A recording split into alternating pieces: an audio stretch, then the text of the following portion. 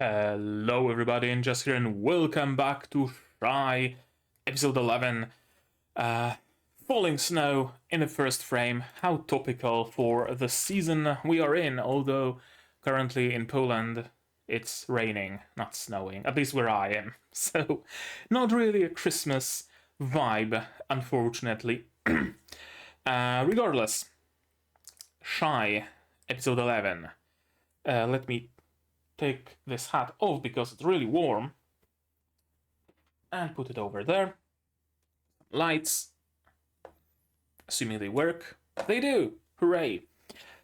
Episode 11. So let's talk a little bit about episode 10 first. What happened? A little bit of a recap. In episode 10, we got a backstory on Lenia Andreanov, mother of Pepesha. And yeah, it wasn't a fun backstory. It certainly wasn't. She left the orphanage full of hope that, hey, the outside world, land of opportunity, it's gonna be so fun.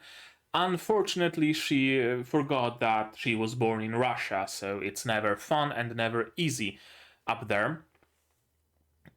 She somehow got a child, got a kid, and was struggling to make ends meet.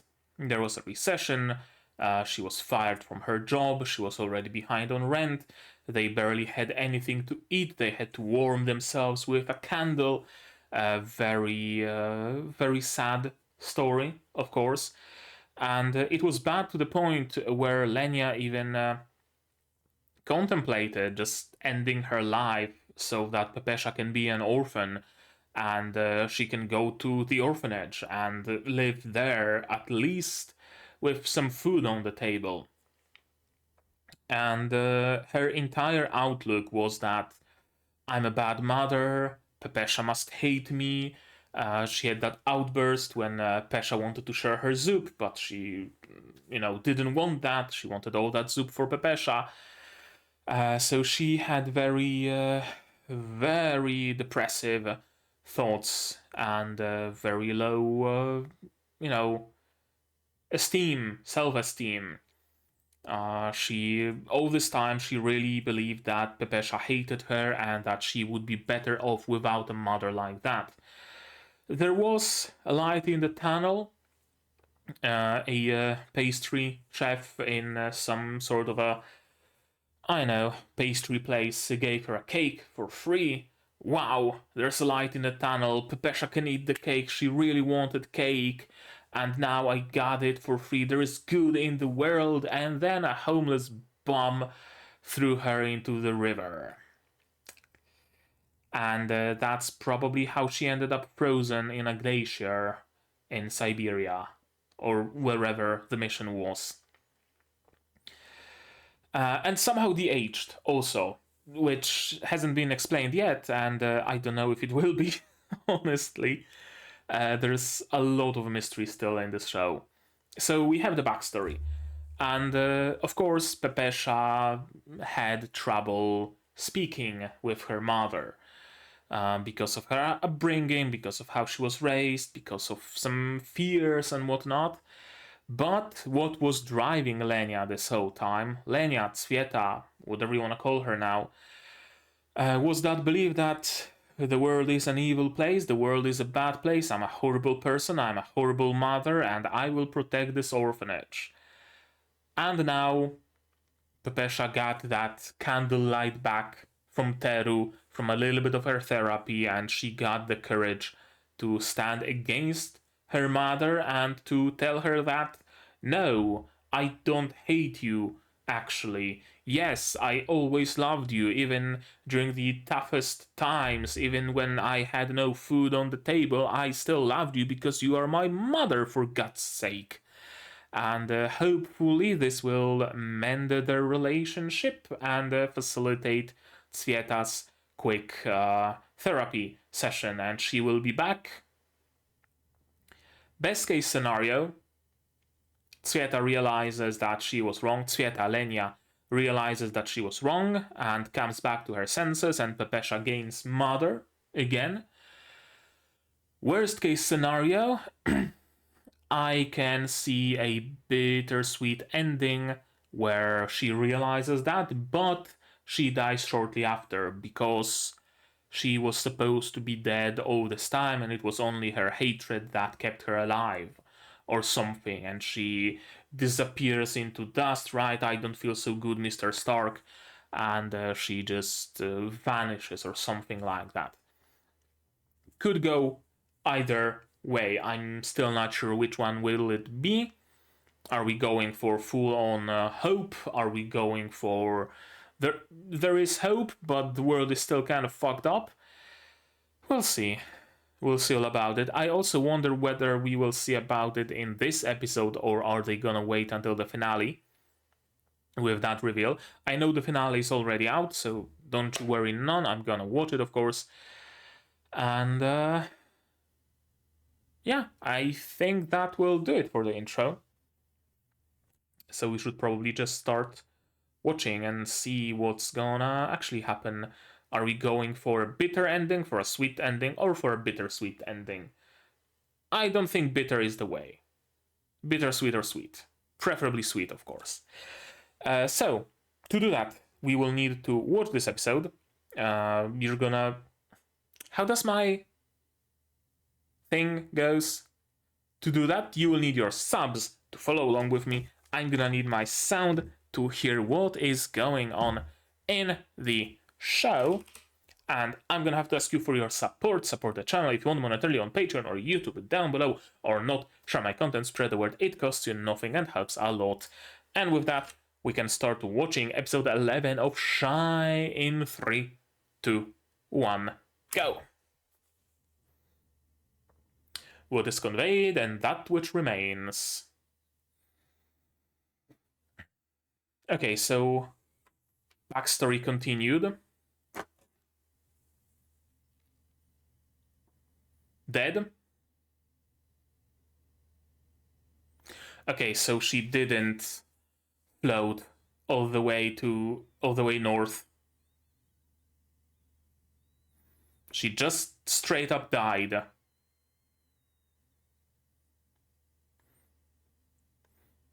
Well, then the explanation is that Stigma somehow grabbed her soul and created the body within the glacier.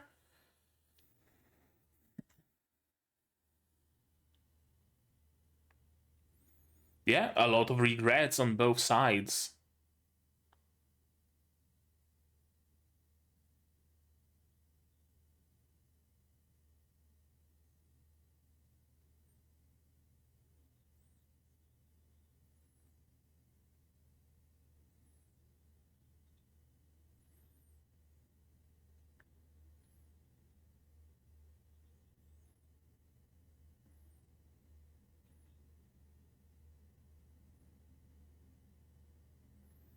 I get to speak with you.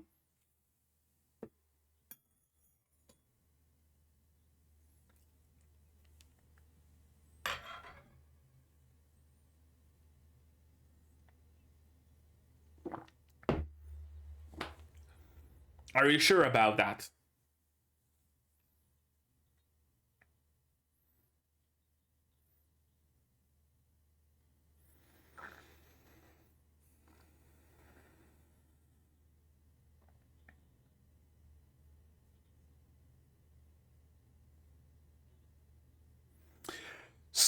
Okay.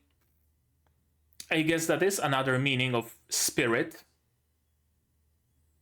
Not just spirit as in vodka, but also spirit as in... Not also spirit as in ghost, but also spirit as in soul.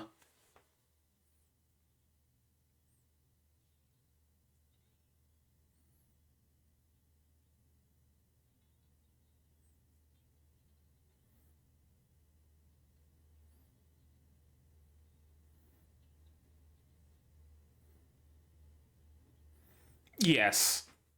Legit, though.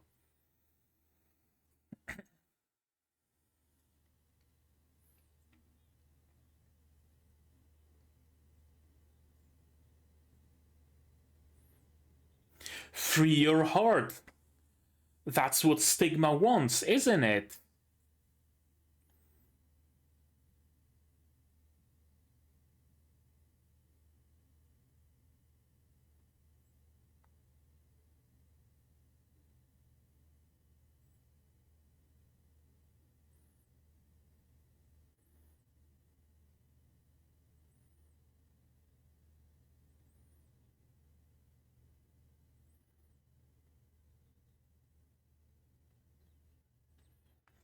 Well, shit.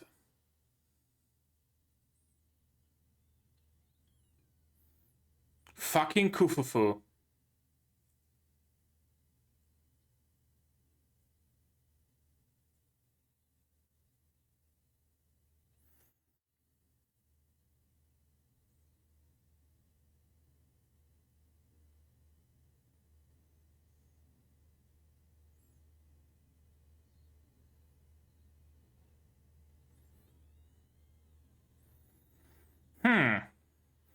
It seems like Kufufu isn't quite as much of a just a comic relief as I thought she is, but rather seems to be like Stigma's hand, essentially.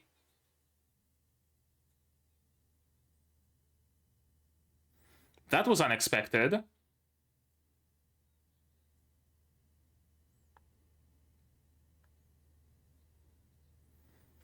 Okay, yeah. I mean, with your therapy powers.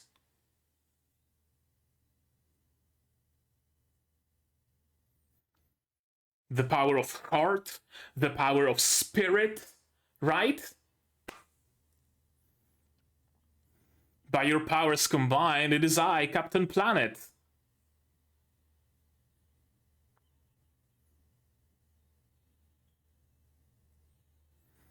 Not cold enough to stop Shy's power.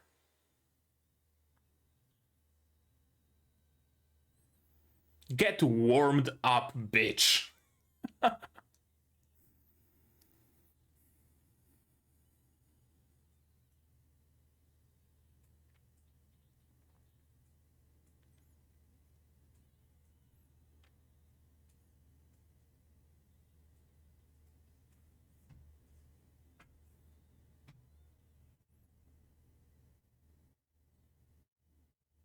Yeah, for who?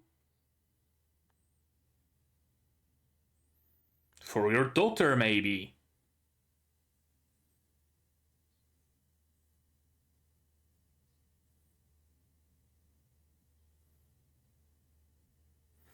Crack.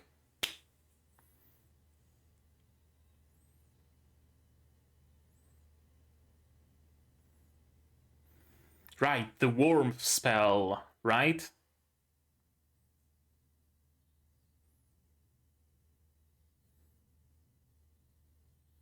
There we go.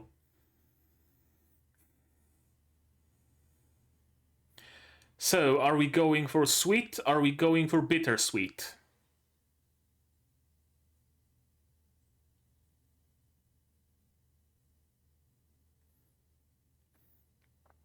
Still black tears, still the scar on the cheek.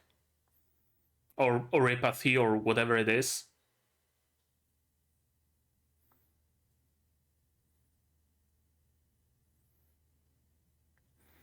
Yeah, she is depowering, basically.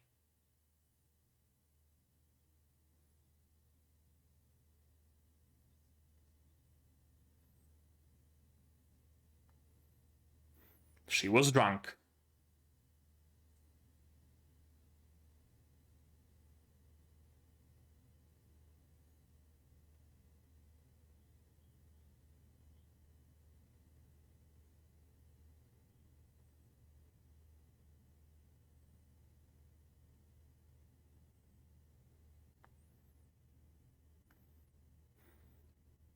No, she was murdered, actually. It wasn't, though. It was just straight up murder. But sure, okay. It wasn't a suicide, at least.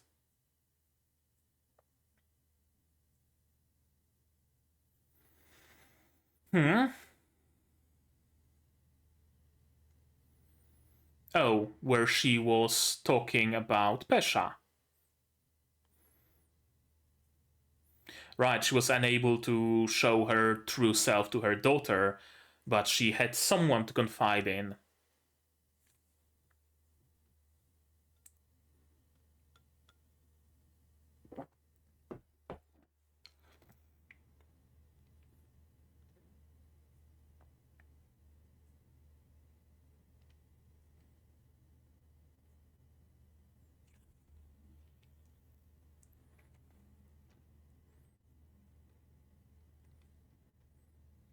A hug. Yep.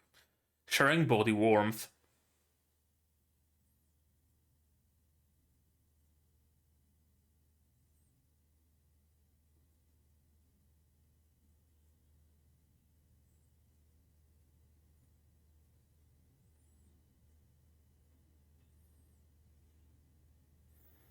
Hmm.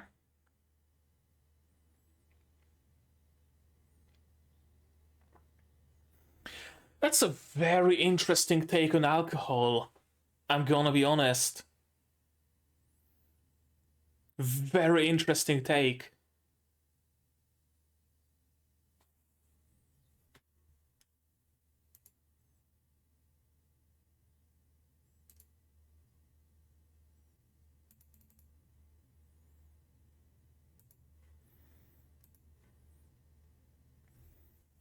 Then no, I don't want to go. I want to be with Mama.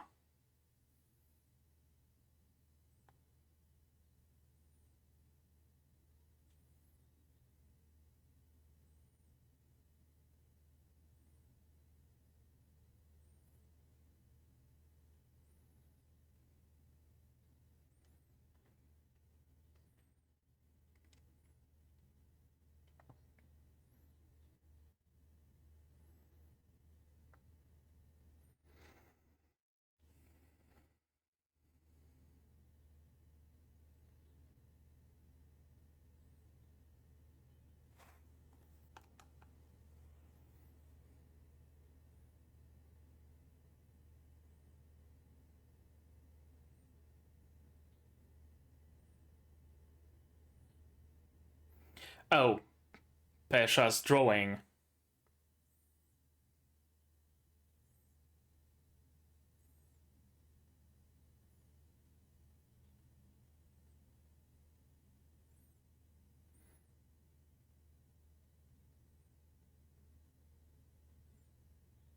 I'm smiling because I'm with Mama.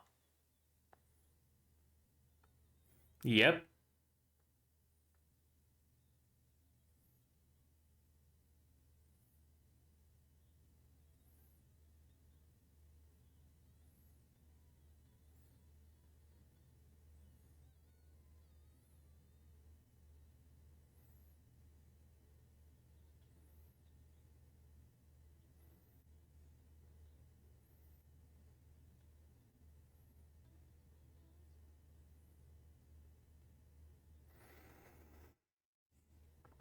And also, she became a little bit more open and started drinking to open herself up even more.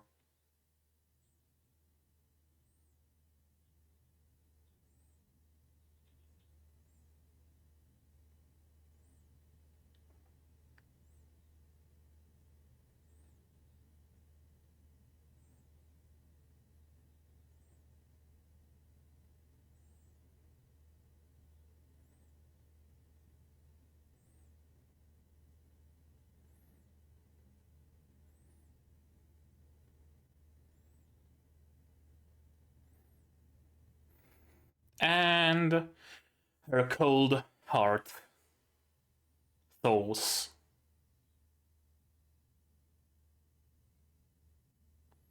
Letana Andrianovna. Right, we got a profile on Tsveta. Now we get a profile on Lenya. Oh, oh, oh, oh, A?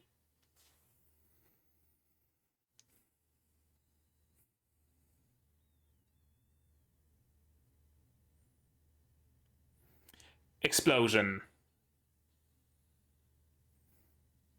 Who's Svieta? There ain't no Svieta no more.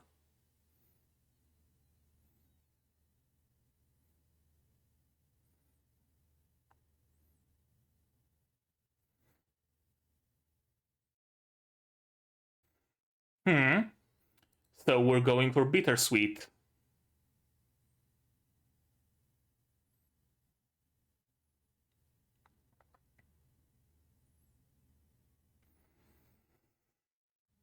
She really was just stuck in this world, bound to this world because of her regrets and emotions, and now that she was able to clear those regrets, she has nothing to bind her anymore.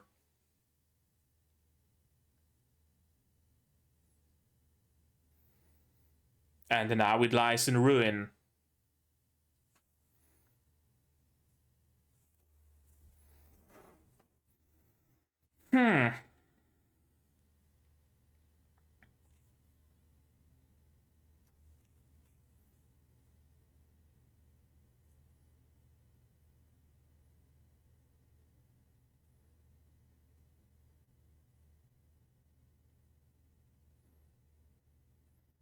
Yes.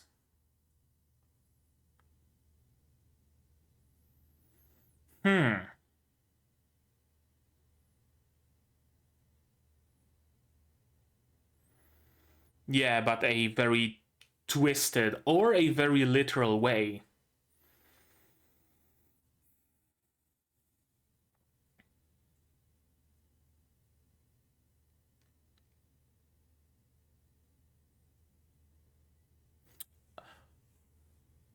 Huh? Oh, I thought he fulfilled Lenia's wish, but he fulfilled Pesha's. Interesting.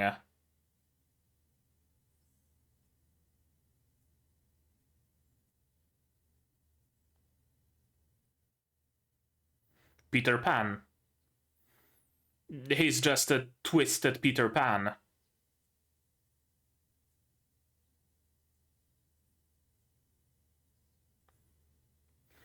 So he wants to achieve his goals through the wishes of other people.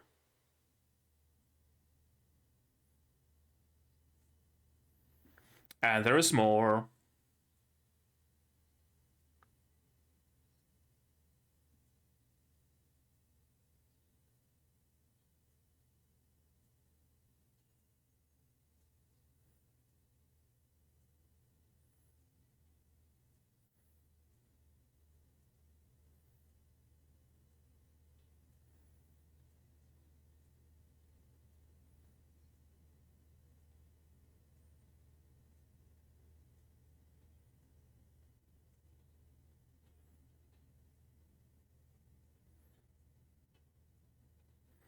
Yeah, there's no longer hatred for this world.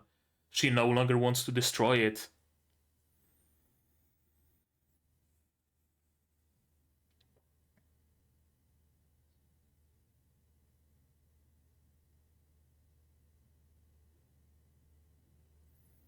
Teru.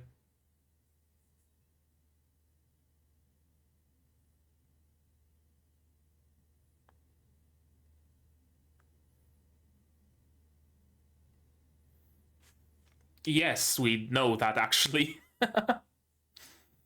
Maybe Teru doesn't, not entirely.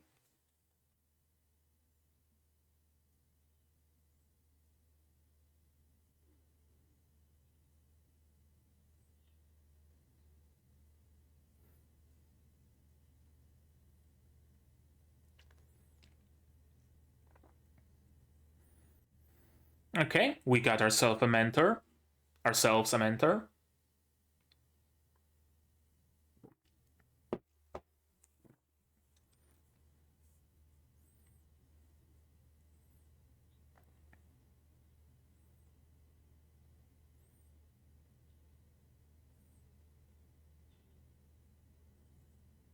Oh.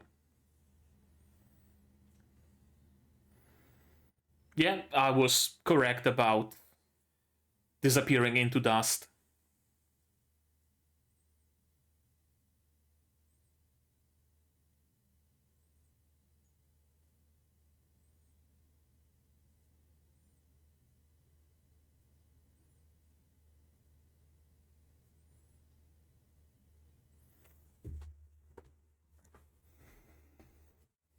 Let's have a drink.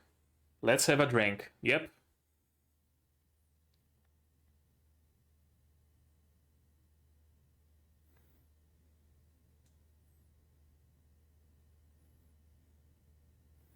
Just straight from the bottle, not even bothering with glasses.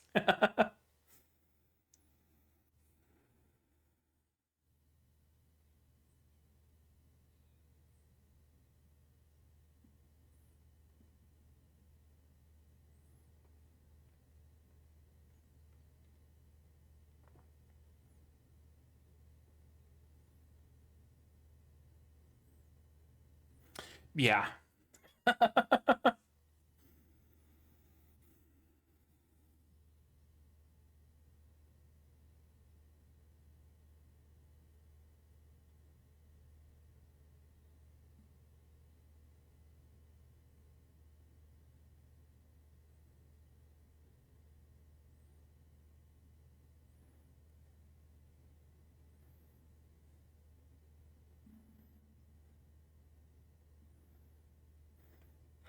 Maybe.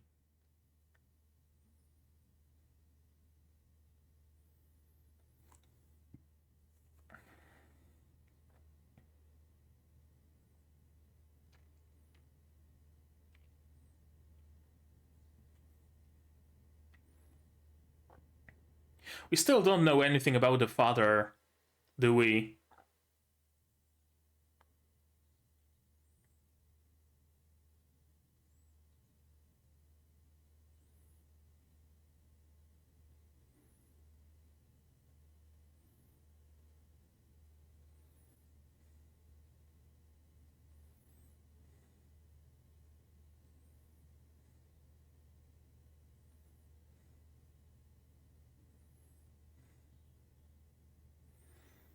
And yeah. Now the air between them have been cleared. There are no longer any regrets. Very bittersweet ending, but on the side of sweet.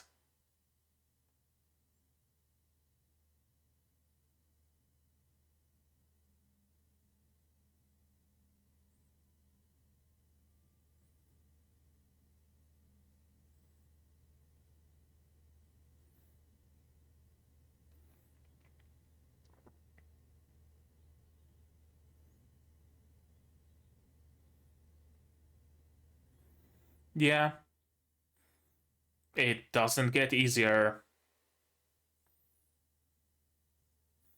Why did it drop in resolution?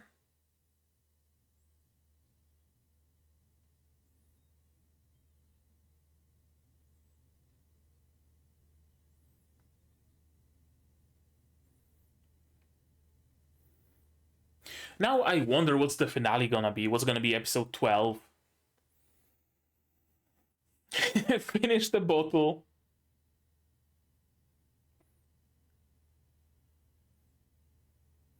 Oh? What is that?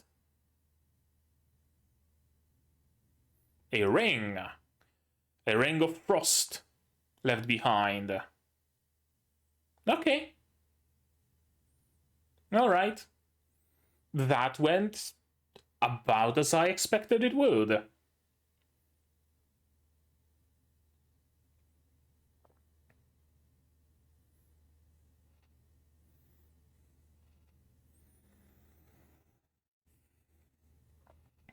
I hope the finale is a little bit of a downtime episode, to be honest with you. With maybe a little bit of a setup for the next arc, for the next season, whether it's gonna come out or not.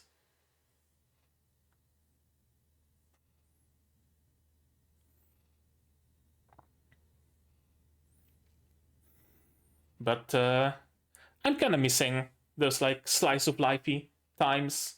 Teru going on a date with Iko, having fun at school, doing calligraphy, stuff like that, right?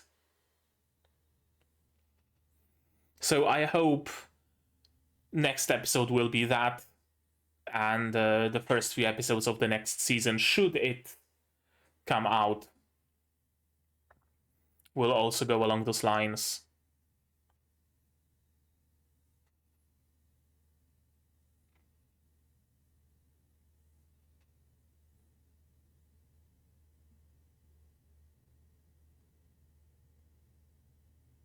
Okay, alright.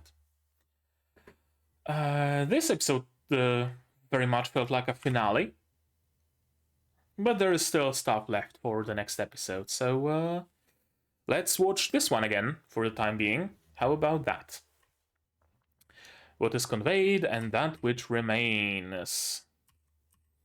Yeah, died on Christmas, carrying a cake to her daughter. I wasn't very good at conveying how I felt with words. I was scared that something I'd say would completely change everything.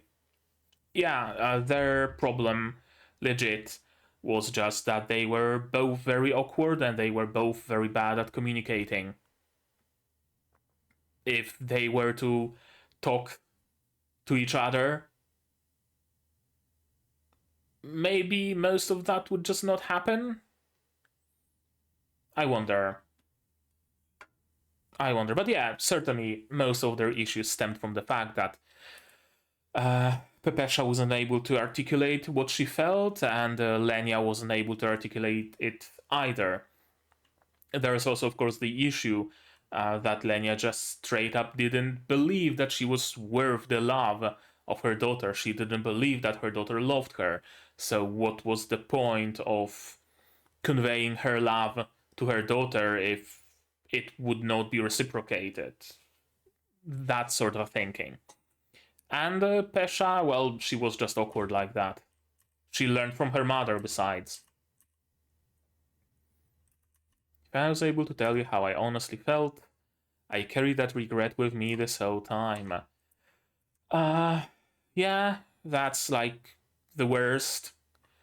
When we have to live with the regret of not being able to say something to our loved ones who passed, do something with them, stuff like that, right?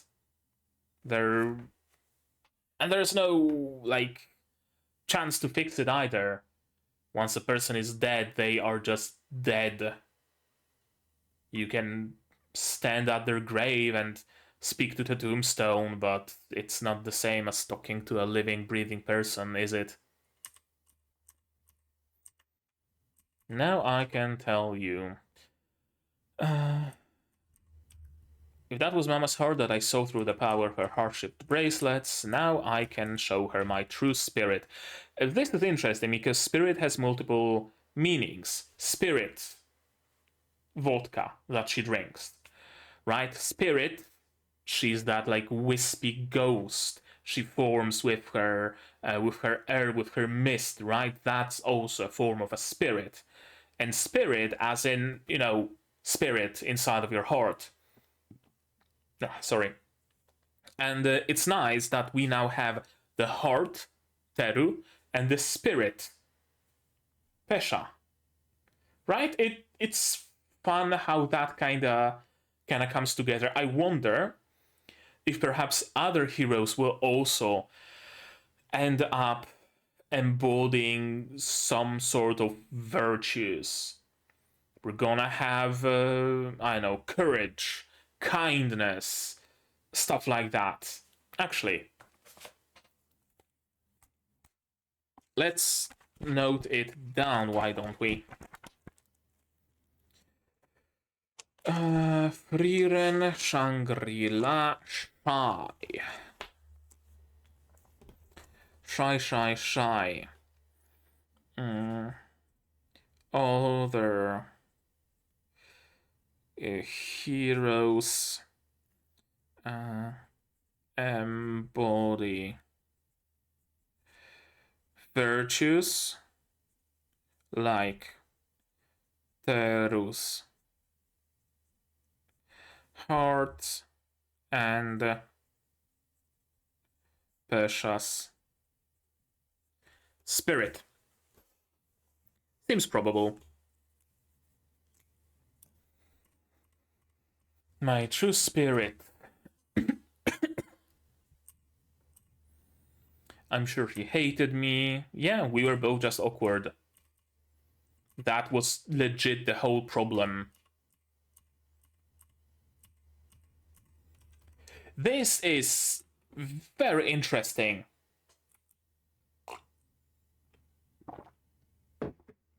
At first, I was like, god damn it, Kufufu, with her antics again, throwing bombs.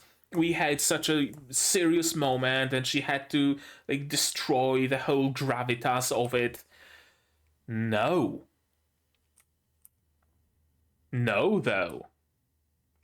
Like, sure, for a moment, still here, right? The whole gravitas is shattered, but now Kufufu is really serving as an extension of Sigma Stigma, right? Plunging Fieta in the depths of her darkness, in the depths of despair, showing her this cake and stuff like that, right? All this time I was under the impression that Kufufu is a more or less competent sidekick comic relief. But no, there is importance to her character.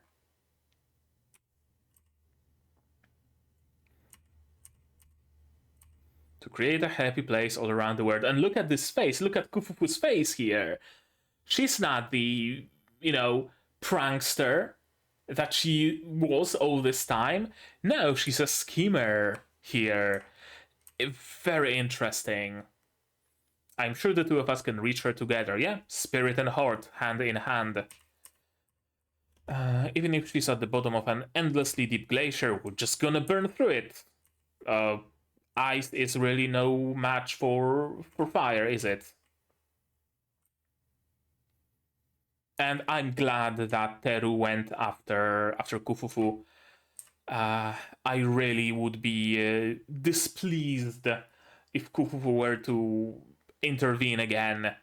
And I was almost sure when Kufufu intervened for the second time that she's just gonna grab Svieta and they're gonna escape to Amararirku.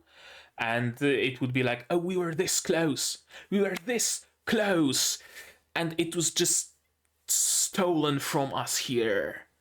Right? I was fully expecting something like that to happen. There was no one around me, and now there is. Your daughter is back. Welcome, my precious Pesha. And the snowflake that was floating behind her, that also shatters. She's slowly depowering, right? First her black eyes turn white again, then that whole thing shatters, she loses the crown. Yeah, that's a spell against cold. My mama was never talkative and always cool, but there were some nights she'd laugh cutely like a child. That was when she was drunk. Very interesting.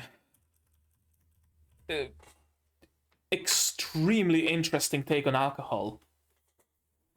I don't think I've ever seen it. Like, I've seen alcohol used for, like, comedic purposes. Someone under the influence of alcohol is a different character than when they are sober. See Kobayashi-san from Kobayashi-san's Dragon Maid, for example, right? I've seen it used in a negative way, right? A drunkard father was the cause that I had to escape from my home, yada yada yada, kind of a backstory. I've never actually seen it used for like, oh, thanks to the alcohol, I was able to be happy. When my mama was drunk, she was happy and smiling. I've never seen that. Bonding over alcohol, yeah, sure, many times, of course.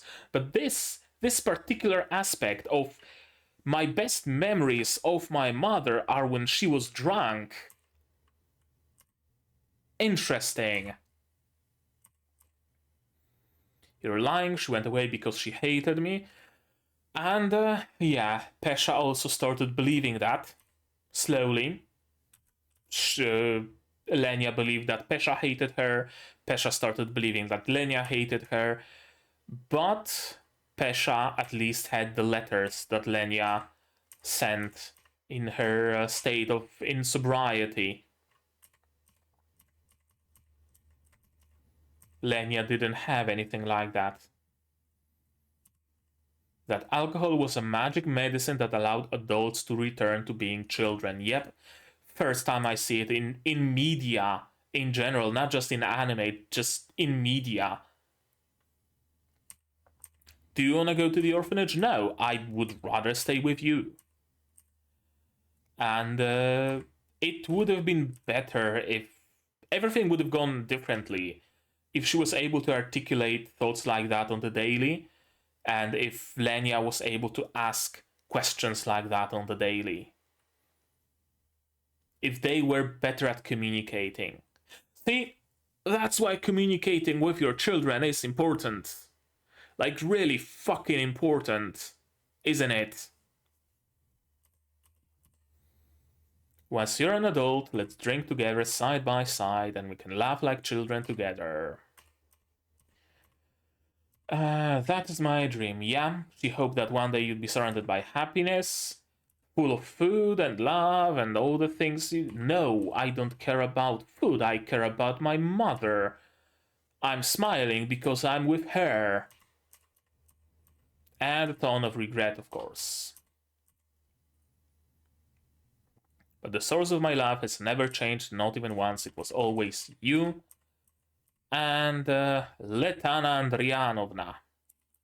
171 centimeters, 48 kilo, blood type 0, perfect donor, age 31, Lenya, Russian, likes children, alcohol, and she is Pepesha's mother. For a moment I thought that it's likes children, alcohol, Pepesha's mother. And we see the scar disappear. Yeah, so that is what signifies that they are under stigma's influence. That's why stigma. They have a stigma somewhere on their body. Ook, ook, ook. This was the moment where I thought that Kufufu is just gonna drag Fieta away. And we were this close, but she's gonna get brainwashed by stigma again, and we're gonna be back at square one. Thankfully not. Thankfully not. And oddly enough, Lenya was able to explain to Kufufu that, hey, my dream is over. That's fine. That is fine. You should return to stigma, but I'm staying. And Kufufu also kind of accepted that. But I'm not gonna say bye-bye. Poor Kufufu. This space is my heart. My current body was created from my heart. Where did stigma get that heart, though? Like, sure, we know that Lenya, as she is now, was created from Pesha's wish. Where does the heart come from, though? Like, sure, okay, I get it that that stigma would be able to create a copy of a person based on someone's memories of that person. Sure, but Lenya is so much more. Does stigma somehow have the ability to bring the souls of dead people from the afterworld? That would be about the only explanation I have, and it's actually interesting enough to note it down.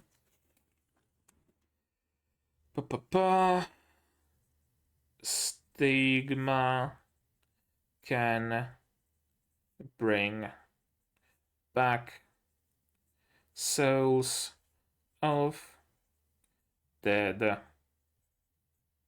people.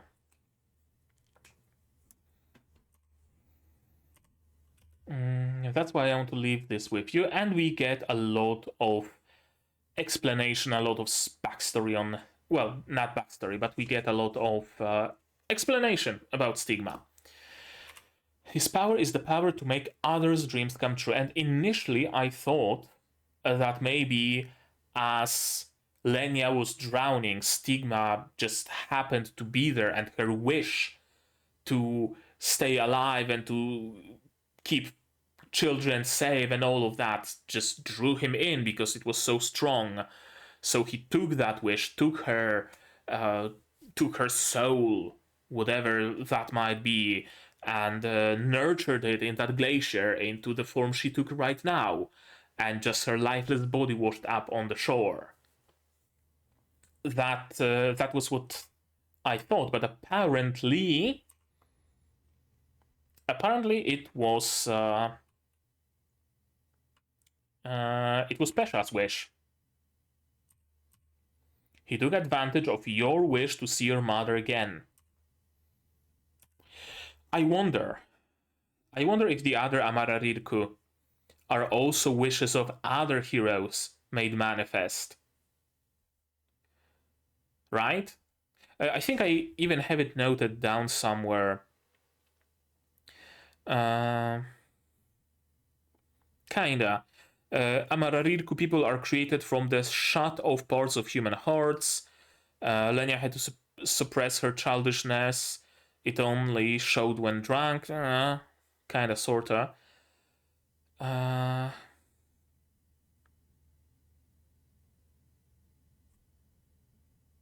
Yeah, I think I had it noted down somewhere. Basically, the idea that the Amararirku are like based kind of on heroes. Like, for example, Stardust is very serious and has not a funny bone in his body, so Kufufu was created as a foil for him. The things that Stardust was missing, the fun, the pranking, stuff like that, manifested as Kufufu. So I wonder if it is something along those lines, or does it also include wishes of other people, just a random person in the middle of bumfuck nowhere, Pennsylvania, had a wish and Stigma just manifested it. He made Pesha's dream come true, yeah, apparently. He wishes to get rid of adults. Very, very high Peter Pan vibes, and Amararirku being the Neverland. A world for the children.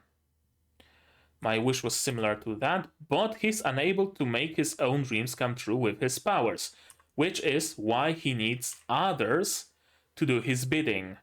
Friends. All the other Amararirku people.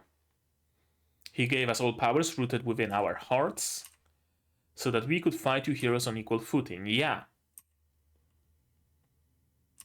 But we don't know what exactly he wants to do with the world.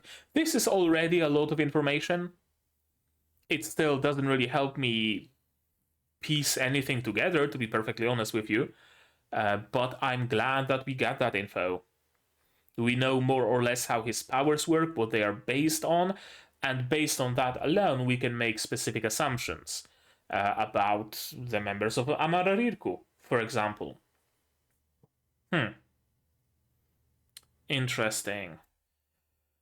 The biggest mystery of all, of course, remains who the fuck even is Stigma? Is he a deity? Is he a human with powers? What is he? Is he human regrets manifest? I don't know. Don't let Stigma destroy this world. This is a big change, right? At first, her wish was to destroy the world, and now she doesn't want the world to be destroyed. I wouldn't be able to communicate with anyone else. Yeah. Your nervousness is written, you have a fiery heart and plenty of kindness, and that's why she is kinda sorta the perfect foil for Stigma.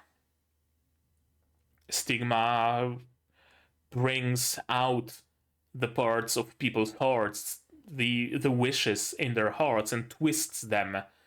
Meanwhile, Teru embodies the pure meaning of a person's heart, the untwisted one, the real, actual one, purifying flame, you could even say, right? Right?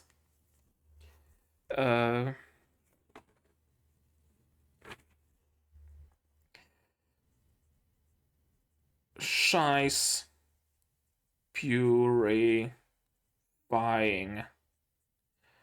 flame purifies hearts. I want you to guide her, tell the children everything that you believe in. We have a mentor, like officially now. Pesha already was serving as a mentor for Teru, but now it's made official. Even if it was only through I made plenty of crimes, but if you still call me mama after everything we've been through, it's gonna be nice. It's gonna be good. A bittersweet ending. And they both had the same exact dream to share a drink. Again, very interesting usage of alcohol. Now those people are just gonna be fucking traumatized. Maybe not. They were frozen for most of the time, weren't they?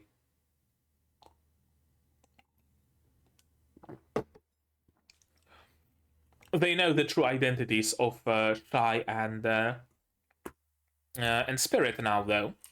So I wonder how that is going to be handled. If it's even going to be handled, or is it just going to be hand-waved? And be extra careful with your liver. No worry, you're both Russian, your livers are genetically superior to the livers of the rest of the world.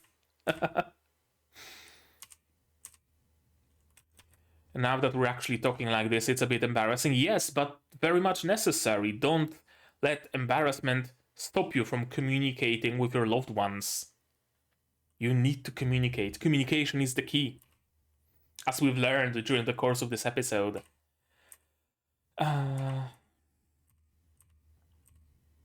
Thank you for being born to me. I'm so proud of you. Yeah, the words that needed to be spoken. I'm glad they got a chance to speak them. I was finally able to feel like my life was worth something. I wish I could have told you all this a long time ago, but alas. But at least you got a chance to do that now. Better late than never, as they say. Most people don't get a chance to speak to their loved ones after they're dead. They don't get a chance to clear up any sort of misunderstandings and to act on their regrets, so you can count yourselves lucky.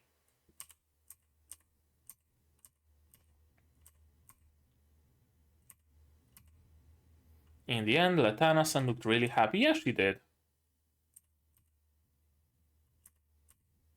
And now we're moving forward. And there is a ring. Another intact ring. This one with a little snowflake. Maybe we can learn a little bit more from analyzing that. That's gonna be useful in our fight against stigma, for sure. And a very nice art. Again, I believe this art is from the light novel. Maybe, I'm not sure. Never read the light novel, so I can't tell, but it looks like light novel art more than manga art. Or it could just be drawn for the sake of this show. That's also entirely plausible, of course. Yeah, there we go. There we go. So, nice episode, for sure. It wasn't like groundbreaking, it wasn't like super surprising or anything of the sort, but it didn't need to be. Not everything needs to be a subversion, not everything needs to be groundbreaking. This episode knew what it was set to do and it executed that perfectly well. And that's more than can be said about many anime, so hey, that's good. I would have preferred a more sweet ending of Lenya staying alive, of course, but I really cannot count that against this episode. It's just my preference. I like good endings, what can I say? But it could have gone much worse, so I'm glad that we got this sort of a bittersweet ending.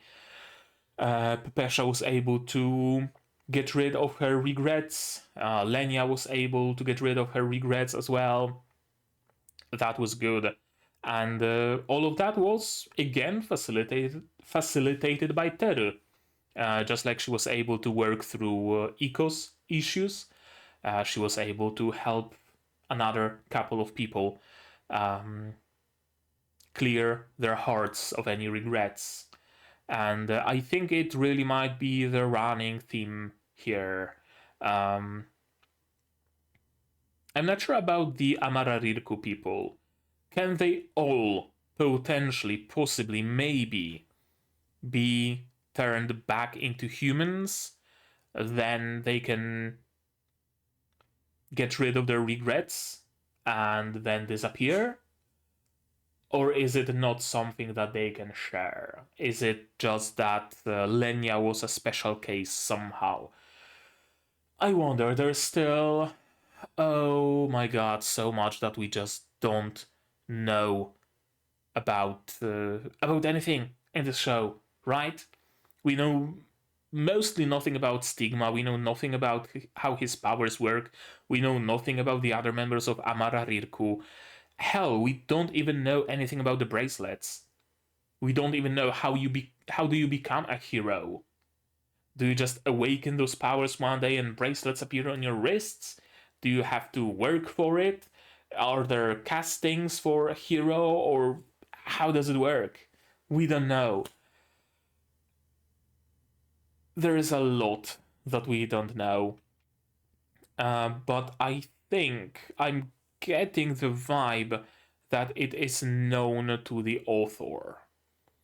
Right? Because sometimes you, the viewer, the reader, whatever, don't know what's actually going on. You don't know the backstories, the secrets, the mysteries, and you get the feeling that the author doesn't either. That they're just winging it, right? Writing in mysteries and then retroactively finding some explanation for it.